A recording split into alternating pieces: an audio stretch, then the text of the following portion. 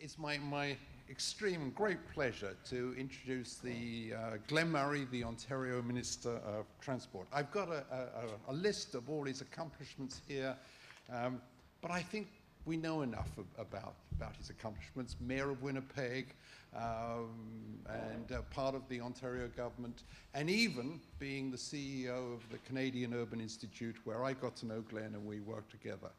But I think what I really want to say about Glen, and really why I think he's here and why he's a great person to talk to us, is he has three great qualities. First of all, humanity. Not always the first thing that you associate with a Minister of Transportation. His sense and relationship to people and is important about relating to people on a human level is one of his key attributes. Second, he has vision. He has a real vision, and he can turn it into words, and he can get people excited about it, and that's that's another great quality. Again, one doesn't always associate vision with the Minister of Transport. And last of all, passion. He's passionate about what he does. He's passionate about getting things right. He's passionate about the people that he cares about, and the cities and the province that he's in. So he's a great person to be our keynote speaker, so that as we're listening to all the discussion here on issues which may be sometimes a little bit technical and in detailed, we should listen to what he says and remember what he says when we're listening to those speeches. So, Minister Murray, the podium is yours.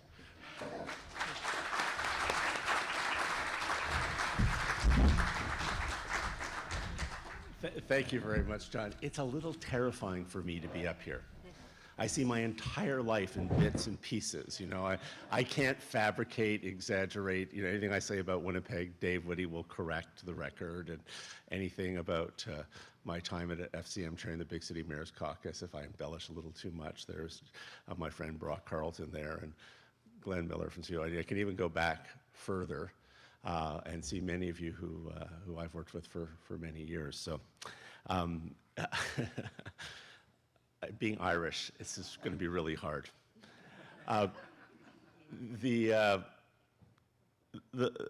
thing that, first of all, I want to thank my friend Glen Miller and the folks at CUI. This has been something that we've been talking about for a long time, Bob Honestchuk and others, and when Ian Dobson was a senior associate there, we got into a discussion about the enormity of the cost and the focus on cost side management of infrastructure, and really that it really was about creating value. And we were so focused on managing costs that we lost sight of the economics and of development, the economics of infrastructure and the return on investment, and how it creates value and how it creates wealth. And that it's really different than many other things the public sector does, because it is not an expenditure. Well, everyone likes to talk about everything government spends as an investment. Much of it is not. It is actually an investment and has to go through a more critical and rigorous lens. The other discussion that went on, and I want to commend CUI, which is a really particularly interesting organization. It has, unlike almost every other national urban institute, we uniquely as Canadians provide no sustaining funding for our National Urban Institute, zero. It works on contract. It's an eat what you kill kind of organization, which I can tell you, anyone who's been CEO, you lose a lot of sleep because you have to build capacity and financing that when you're not a private company. And that it has no sustaining foundation, unlike many others. There's no group of wealthy people or private folks who left a large endowment. So it is an incredibly agile and lean organization that does, as my friend Ian Myrons, who works with me, can tell you, what we would produce in 3 weeks there with scarce resources, I have not been able to get government at any level to do in 3 years. And it does an enormously agile job. The idea behind this event, I think originally when it was first discussed, and I won't spend a lot of time on this, but I think it's important to appreciate it, hailed back to the days of some of our involvement with Jane Jacobs in the C5, which Calgary, Vancouver, Montreal, Toronto, and Winnipeg got together to try and bring in, the deal was that every mayor would bring 5 people who were leaders in their community but who weren't in government, to try and broaden the conversation around city building from one almost exclusively the purview of mayors to one that involved publishers of major newspapers, that involved, Paul Moist, who's now the national president of CUPE, was a Winnipeg delegate, major academics. And it was to broaden the conversation to try and create an annual summit, or at least every 2 years a summit, that would really give everyone permission to participate in the city building debate. And realizing that the Board of Trades, Elise Allen, who played such a critical role in it, Brock and our friends at FCM, who allowed us to co-host those meetings with the FCM meetings, holding them day before. It built a consensus of advocates for city building that led to things like civic action in Toronto and many of the partnerships. It was a disruptive thing. It upset a lot of people because it invaded people's sense of what their purview and what their authority was. So I'm hoping that, and certainly the Government of Ontario will be very supportive of, not just our relationship with FCM and AMO, which we think is critical, and those organizations have a representative role that's very unique. But I think this idea of broadening the conversation, building a broad coalition, which you've seen happen in the United States, but not yet in Canada, for city building is really critical. So I'm hoping that when I come back here in years future, that this seed that keeps on growing will involve hundreds and eventually a couple of thousand people, that people who are in different sectors will not see this as threatening, but will actually see this as enhancing their mandate. So bravo, I hope people understand that in the years since FCM's 5 cent a litre gas campaign, which brought really the Chambers of Commerce and C5 in, which was a really broad coalition, I haven't had this much cause for hope until I came in here today. So bravo to all of you and congratulations.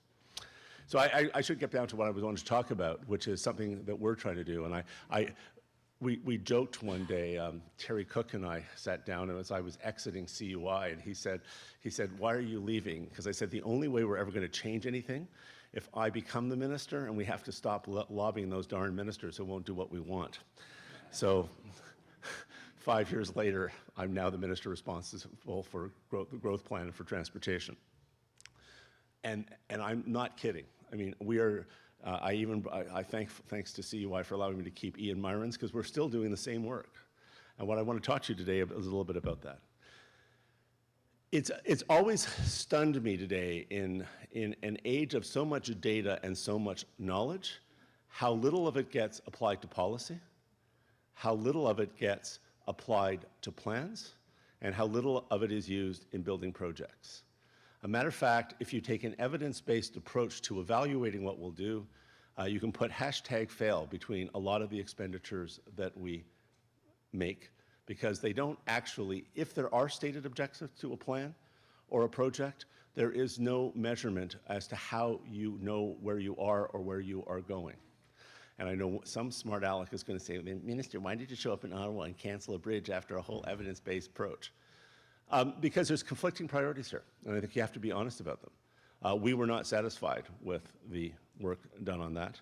And Bob Torelli, who was the mayor here for a long time, a colleague of mine, we sat down and we looked at the original master plan, and people heard what I said we weren't doing, but they didn't listen carefully, I don't think, to what we are doing, which is we have a master planning process in Ottawa. As a matter of fact, there was a proposal, we used to joke, because Bob Torelli and I were doing ring roads at the same time. He was trying to get one started here in Ottawa, and in the city I was mayor of, I was trying to finish one, and they were both controversial. But they've been very successful if you look at cities that have them, and I think 4 or 5 of our major cities now have them, and that was the plan that was abandoned. It was abandoned because people in the west end of the city didn't want to do that, and people in the east end of the city were expected to solve the whole problem. So we said a couple of things. One, we will now do this through a plan, something that we believe in strongly. We don't think the provincial government should be up to its eyeballs in every project, but it should support the autonomy of municipalities, which Premier McGuinty before us and Premier Wynne today with the City of Toronto Act, and I've said to Mayor Watson, planning transportation in the Ottawa region is your job. Working with you to make sure that those plans work and they make sense and they have defined outcomes and they solve the larger mass transportation challenges are that. And I'm sure our friends in Gatineau would expect the same autonomy and respect from the government of Quebec. We believe that the municipalities on both sides of the river can come up with a workable solution that will meet the regional interests and understand that this is a bi-provincial regional economy with regional transportation. So what do we know? How can we know it? And why don't we access data? One of the first things that stunned me when I became Minister of Transportation, I'd heard rumors of it, but I found out that it was true. we don't plan our rapid transit or our public transit systems alongside our highway systems. We have two separate planning functions. So as my friend Ian Dobson will tell you, in the last decade or so, about 90% of the commercial office space in the Greater Toronto Hamilton area, for example, has been built a kilometer or more away from higher order transit, which means that 90% of the people going to work in the morning don't have the option of taking transit, which when it's about, Ian will correct all my numbers for me after, but I think it's about 32 million square feet over a decade that ended a few years ago. And so the consequences of that were congestion. What is causing congestion in cities? Well, it is when you build all of your office space and all your employment lands further and further away. So we started a project called iCorridor and a project called Geoportal. One was looking at land use, where were people building stuff, and what was the capacity of our highways? And could we actually think about building higher order transit along key corridors that would actually get people out of cars and onto transit? Simply building rapid transit and saying that it somehow on its own will relieve congestion, or building a highway because you figured out somehow intuitively that it's the right type of infrastructure because you have a lot of logistics and commercial warehousing businesses along that, doesn't make much sense. But it was interesting because in the first iteration of all of this modeling that we were doing, these questions first posed by CUI about 10 years ago, what we discovered is that there's a huge concentration where the 427 and the 407 meet. There's a huge concentration around the 407, 400, and the 404 highways.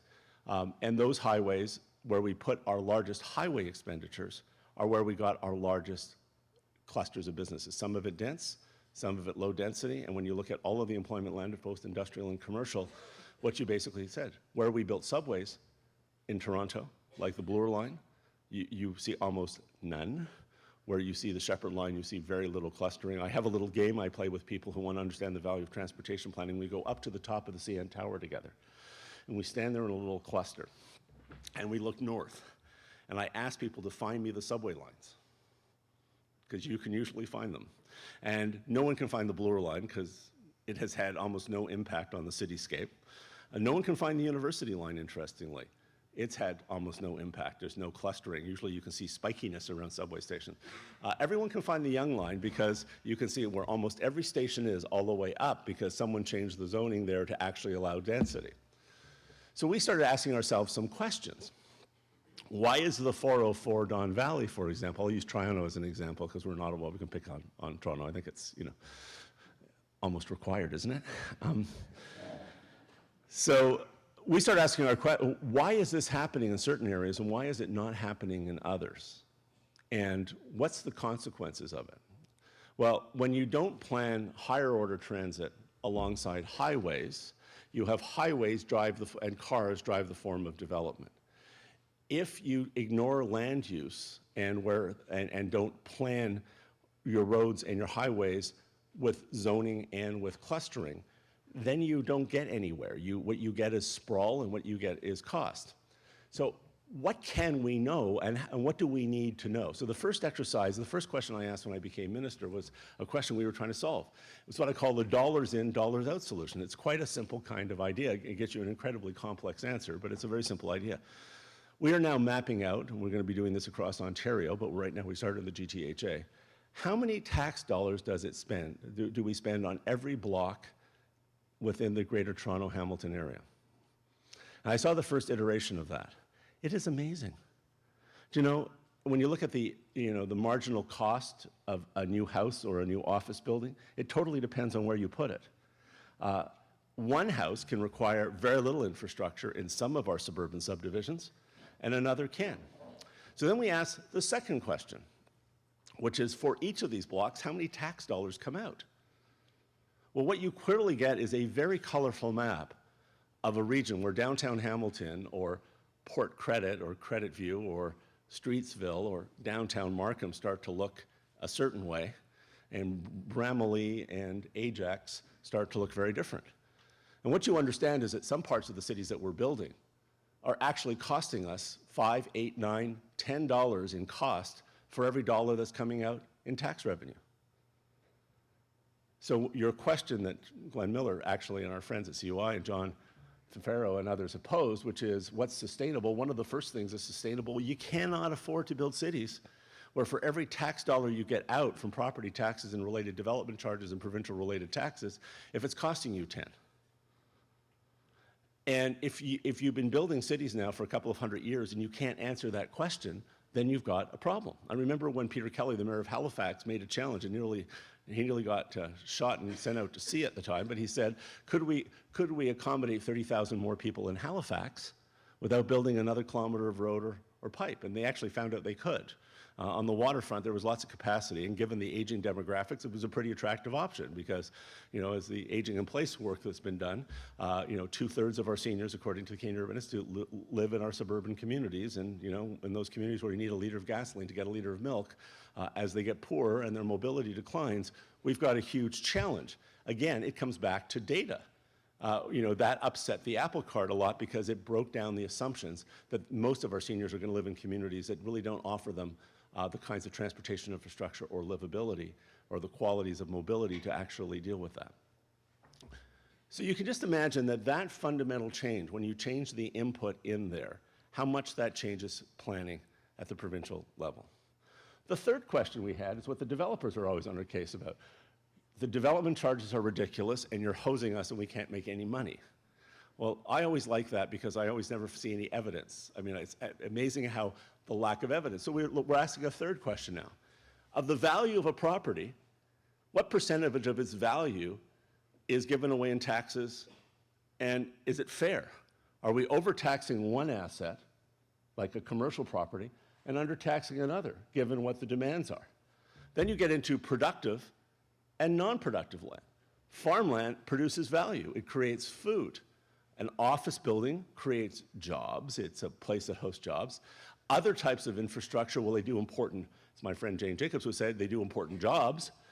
They don't create value. So you have to look at those kinds of things. So when we look at value, we can tell that this commercial asset in this part of a city, here in Ottawa, or this commercial asset in another part, are paying differential rates. This one is actually carrying a great deal of the cost of local infrastructure, and this commercial asset isn't.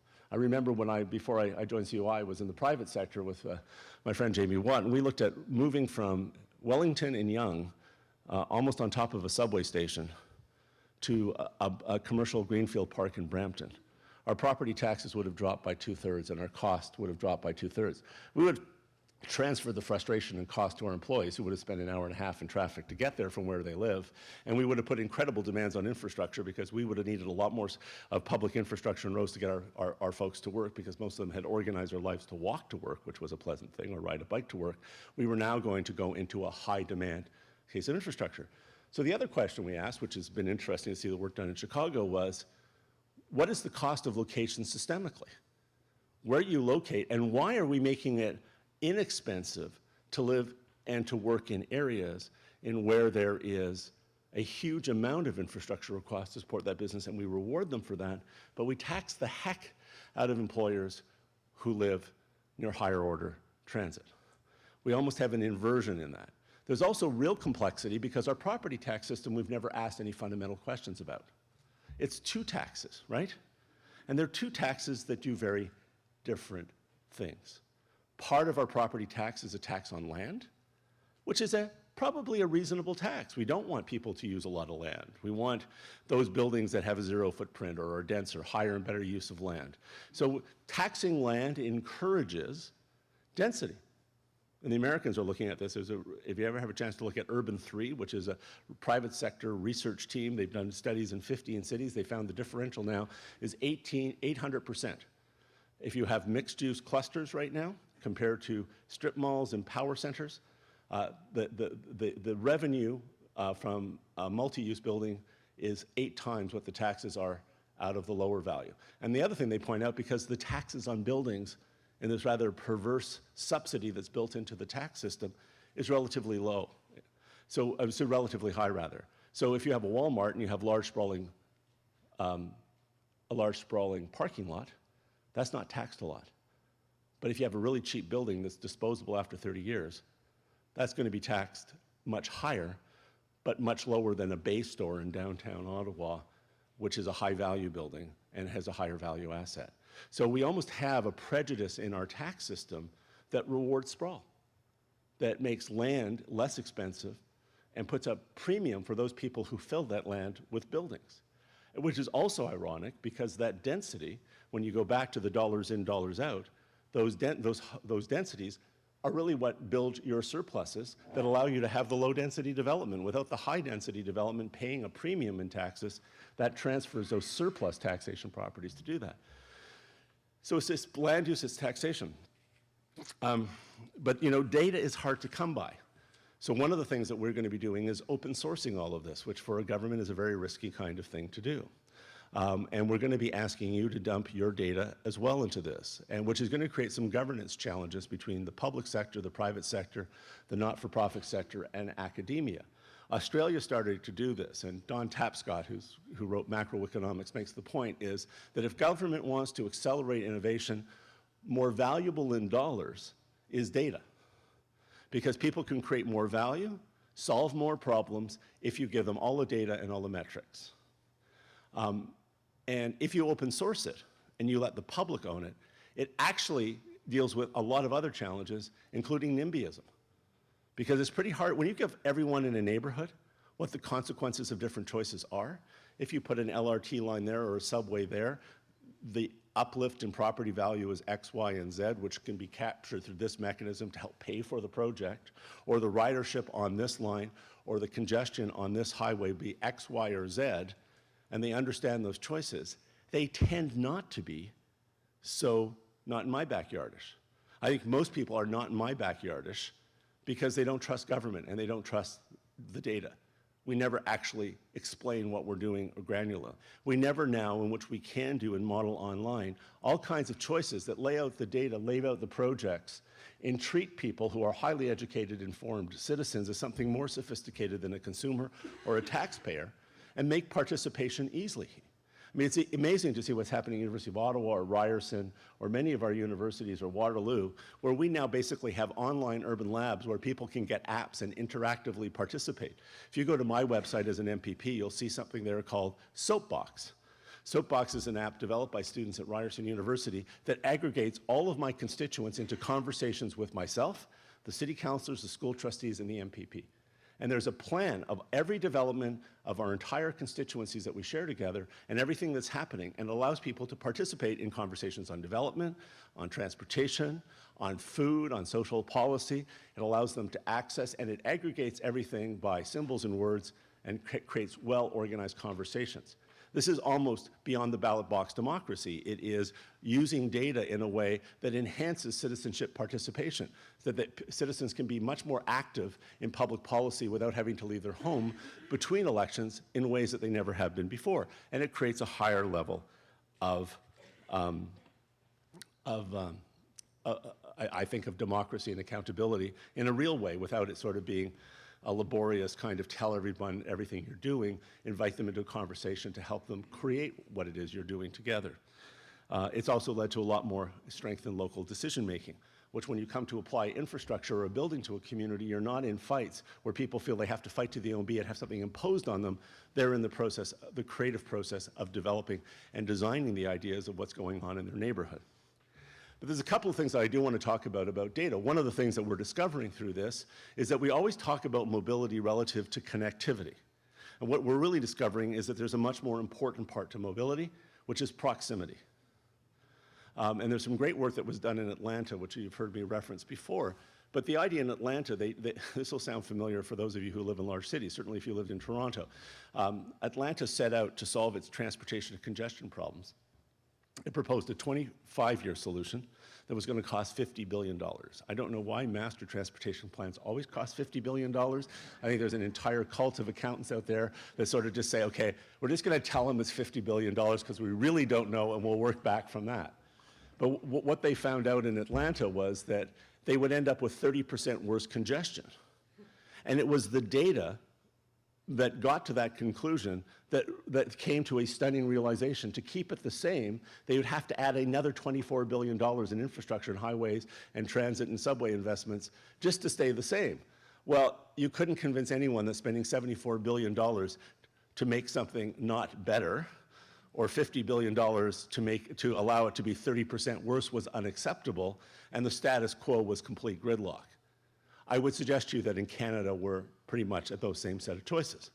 So it was through that little wormhole of the data that they worked their way back, and they realized, well, the first iteration of what they looked at was, well, let's put work and housing and services together so people won't have to use as much infrastructure, which is really the principle of where we're trying to go by tying land use into transportation, because it's like recycling or waste reduction. The first thing is don't use it. Don't buy stuff you don't need. So don't try to build a community where you need the least amount of transportation infrastructure possible, because it's darn expensive. And you've seen that done really well in Vancouver, I think, where you have much closer, because of the way the transit system is structured, as a series of nodes, and not mobility hubs, but activity hubs that have actually provoked intense live, work, and play communities where people don't have to leave Burnaby to work anymore, or Surrey. We're not quite like that in a lot of our communities. I mean, in this region, and particularly in Toronto, we don't have the nodes of complete communities. We still have, we have more people living in Toronto now commuting to Mississauga, and we celebrate Mississauga no longer being a bedroom community. Well, that would be a lot better if all the people who worked in Mississauga lived in Mississauga, and vice versa. Now we have a Gardner and a GO system that now is two-way every half hour and full both ways. So you want to start thinking about co-location and co-locational efficiency, that people can live, work, and while we want to visit each other's communities, simply reducing the demand. And you've seen that in corporations now that are multinational corporations. Coca-Cola just blew up its mid-suburban bottling factory and head office, moved the head office right downtown Toronto, almost on top of a subway station, because when it looked at the economics of it, the only way it could support its workforce in the future, because of the demands and the characteristics that they needed to have a quality of life, was to put it there. And they moved their bottling plant out to the very edges, periphery of the GTHA, because it was the only way they could avoid congestion for their trucks, which is costing them a small fortune as they sat in gridlock for hours at a time. Those kinds of data are going to have to redesign cities, because we cannot abandon our old commercial parks. I mean, you look at where in Toronto and Don Mills, Celestica used to be, you look at the abandonment of old commercial sites. And why?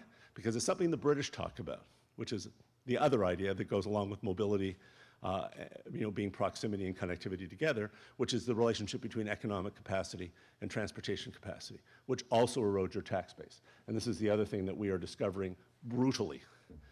You can have some of the largest commercial office space. If we take Eglinton and Don Mills in Toronto, I'm using a lot of Toronto examples because that's where most of the data we have comes from right now. Celestica is not there. You have De Beers, you have a few other Foresters. The value of that land is much diminished. Its tax-based contribution to infrastructure is much diminished. Why? Because the Don Valley and the 404 is much congested because of infrastructure decisions that drove development into other places, and there is no higher order public transit. Soon there will be the Eglinton LRT, but it will not be sufficient on its own. It will need other north-south connectivity. The transportation capacity, if it's sufficient for both commercial, if it's sufficient for people, it can be office space again. If it's sufficient for logistics and trucking, it can then go back to being a mixed-use commercial center. But that land will never restore its value. And the challenge for it is, we already have the policing, we already have the fire halls, we already have the roads, we have the water and the sewer. That should be optimum land. The marginal cost for government or for the private sector developing that should be very low. That should be premium land. And if you look across the large agglomerated suburban urban masses across Canada and the United States, you see this challenge of economic capacity. Now we can look to Britain. John Howe, who's here from Metrolinx, I want to thank him for voyaging. He sent a young fellow named Mike Sutherland up there with this fellow over here, Mr. Dobson, to try and answer a question, which was, how the heck does Canary Wharf work? How do you get 36 million square feet of office space in downtown London, the most congested city in the world? And how do you pay for that stuff?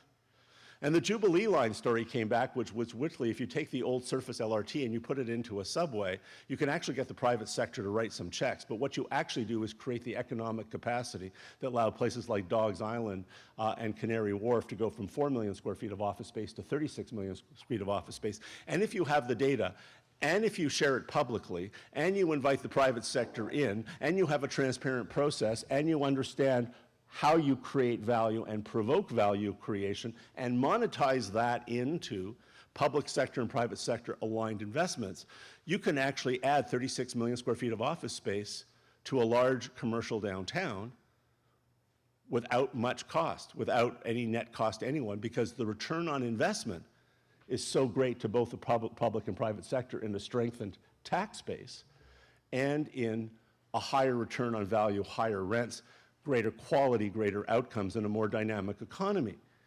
But that level of sophistication to actually create value requires a high level of granular data. It involves data from all sources, and it involves a higher level of rigor and planning to be successful at that. My suggestion is if we don't do that, we will not have a sustainable future. We will not be able to environmentally sustain it because we'll be using too many resources in this generation that will not leave enough for the following generation. And the cost per square foot of housing and of office space will exceed our competitiveness. And you now see places like New York in that. And I want to just conclude with a couple of last thoughts, and then we may go some questions. And the other things are, what are the other things that matter other than product? One of the things is, to me, culture and design. You simply, if you look at downtown Mississauga, for example, you see density without a lot of design. The street level environment is not very walkable, even though there's enough density to support commercial at-grade office space. The blocks are large platform buildings, as you're now seeing in many of our cities there, and the distances and friction of travel, 500 meters, doesn't get you very much of a pedestrian experience. And if you don't have a good pedestrian experience, you don't have a good transit system, because everyone who rides transit spends a good amount of their time as pedestrians. And if you can't offer a high-quality, efficient transit experience and alongside a high-quality, comfortable pedestrian experiences, you don't get it. I give Mayor McCallion huge credit because she's taking on the idea of culture and design. If your subway stations look as ugly and are as dysfunctional as the ones in Toronto look like poorly kept washrooms from the 1970s, things that should have gone out with the mullet and,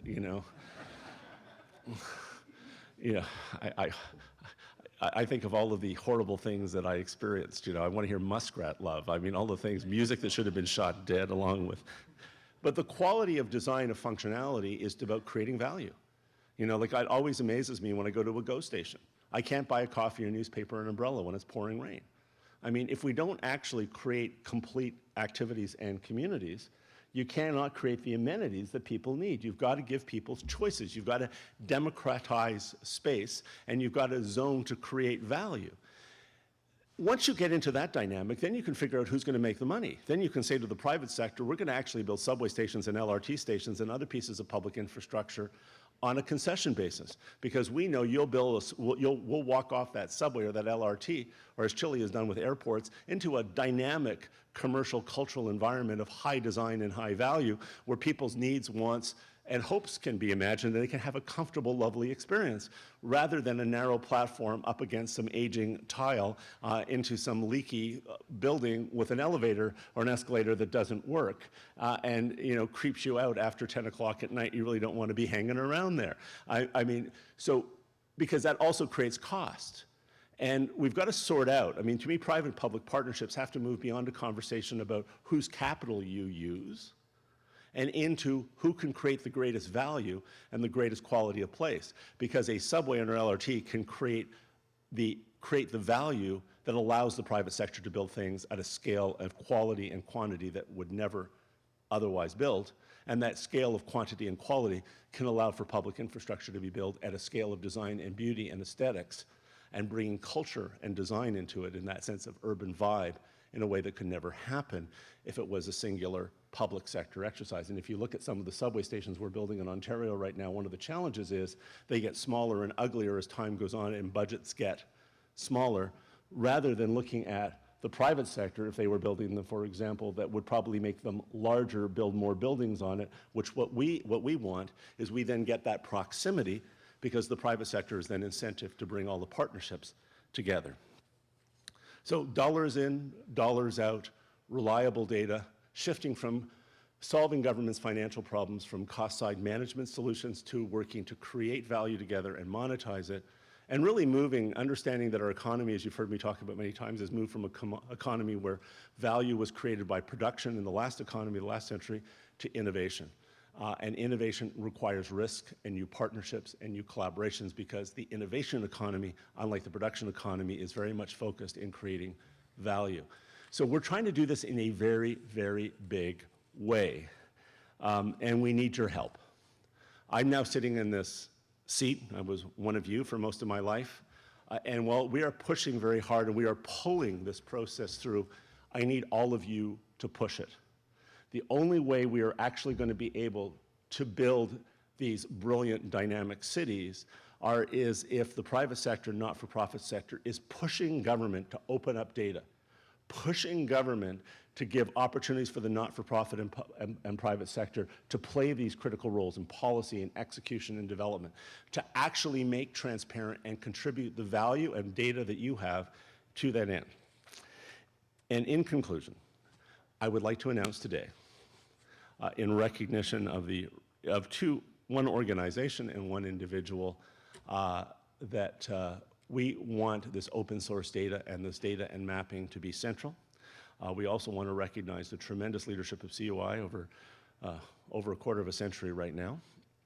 I'd like to announce that we would like to sponsor an Urban Leadership Award perpetually on data and metrics and the creation of value for people who are doing that, to remember and honor our dear friend Tony Coombs, who spent his life developing data, demanding evidence-based government and evidence-based public policy, and bringing a level of rigor and partnership to that. So we would like to honor that, an Urban Leadership Award in Tony Coombs' name on that. So thank you very much. And I'm not sure if I've talked up my time, but if I have, I'll go sit down. If not, I'll turn it over to you, John. Thank you very much. What's that? Some questions? Yeah, right. So I think we've got time for a couple of questions. Over on the right here. Sorry, Minister Chris Loretto with Strategy Corp. You talked a lot about one of the things that we're actually trying to think through as a firm is what we see in Toronto, a big piece of conversation that is missing on Big Move seems to be the customer service experience. I'll use myself as an example of the risk of making myself look like a troglodyte. But if I had to take the go where the coffee shop may or may not be open the morning I'm there versus getting in my car and knowing I can go through a drive-through and get my coffee and everything, and actually have, I sit in traffic, but I get to listen to my radio station, have my coffee, versus the go station where I don't have anything, I'll choose my car. What is the government doing in terms of trying to engage the private sector or the broader community on talking about the experience, so that can be part of the conversation versus just the bricks and mortars and what kind of wheels a public transportation infrastructure travels? Well, I think there's huge opportunities there. One is moving from a conversation about mobility hubs into activity hubs and looking at the complete person and the opportunity at each site. This is something that we haven't done in Canada. Very few places in North America has that happened. So, I'm not, well, it may sound like I'm being critical of the status quo. I am, but not with the expectation that it would have been different, because we've done it the way everyone else has. But it's also understanding the value of the experience of the rider, right? And one of the things that we're very much looking at, and this again would probably end up being with the not-for-profit or private sector as partners, I look at the octopus card in Hong Kong. We've been engaging George Hazel, who, as you may know, a dear friend from the UK, about, are we in the transportation business or are we in the mobility management business? So if you look at the Presto cards that we now have here in Ottawa and the Presto cards that we have in Toronto, in their first iteration, it's hard to move, and things don't work, and everyone complains when they don't work. But the ultimate value of that is what you've now got on a card is the mobility data on that person. People will know that I live at 33 Mill Street, and they'll know that I get up in the morning and I walk right by a Rooster's Coffee, and they know that I'm going right by the Starbucks, and that I like to buy socks at the Bay, which is where I get onto my subway and change. If you understand that retailers now use the data about their customers to create value and to sell it, you can imagine what mobility data means. It's also, you move from transportation, because then you have a deal where that taxi cab, if you get out to Ajax at the end of the evening and you don't have your spouse there waiting or a friend, you have to get home, that data and those applications electronically can make sure that that taxi is waiting for you at the end of the line, or the auto share car, or whatever it is, and you pay for greater value and you get greater convenience. That would trump a car experience. And it's interesting now that Octopus in Hong Kong generates more revenue from its non-transportation, non-transit activities than it does from the fares that are paid using that card. So when I talk about moving from cost management, we're not just talking about the value of the infrastructure asset, but the technology platforms and cards have great value.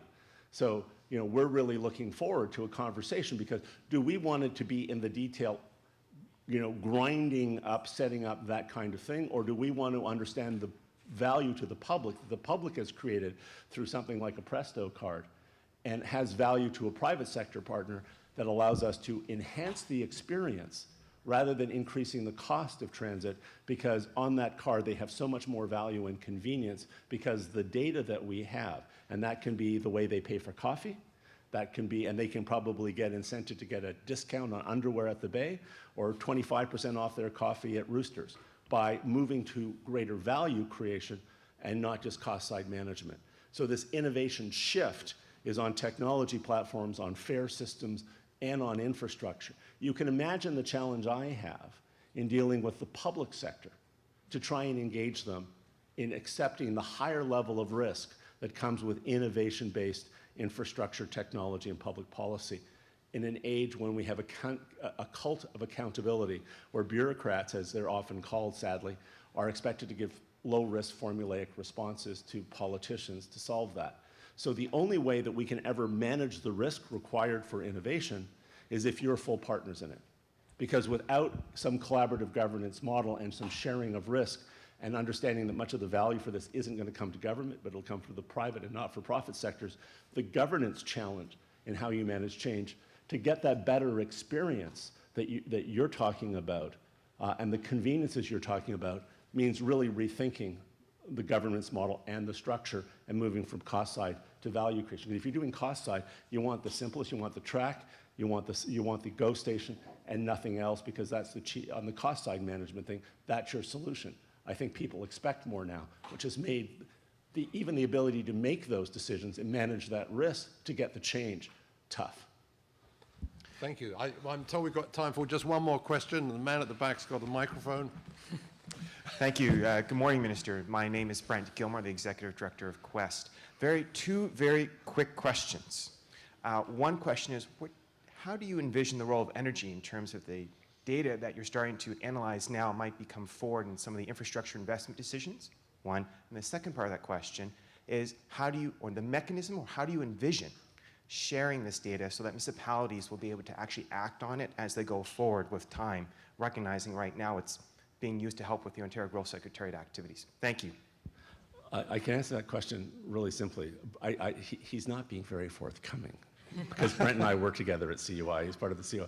But I think there's two great models for that in Canada. One is in Guelph, the community energy plan in Guelph, and in Calgary, which Quest was central to, as was CUI, in pioneering this, which is actually mapping out how people use energy, what the best technology is, how do you spatially organize a city. I think that Mayor Bracani, Mayor Nenshi coming, I think, to speak to you tomorrow. Yeah. You should ask him about this, because Calgary's community energy plan now, I think, is arguably the best in the world. What John Warren and many of our friends did there was actually figure out what value was, and looked at, in planning the city of Calgary, how do you deal with energy?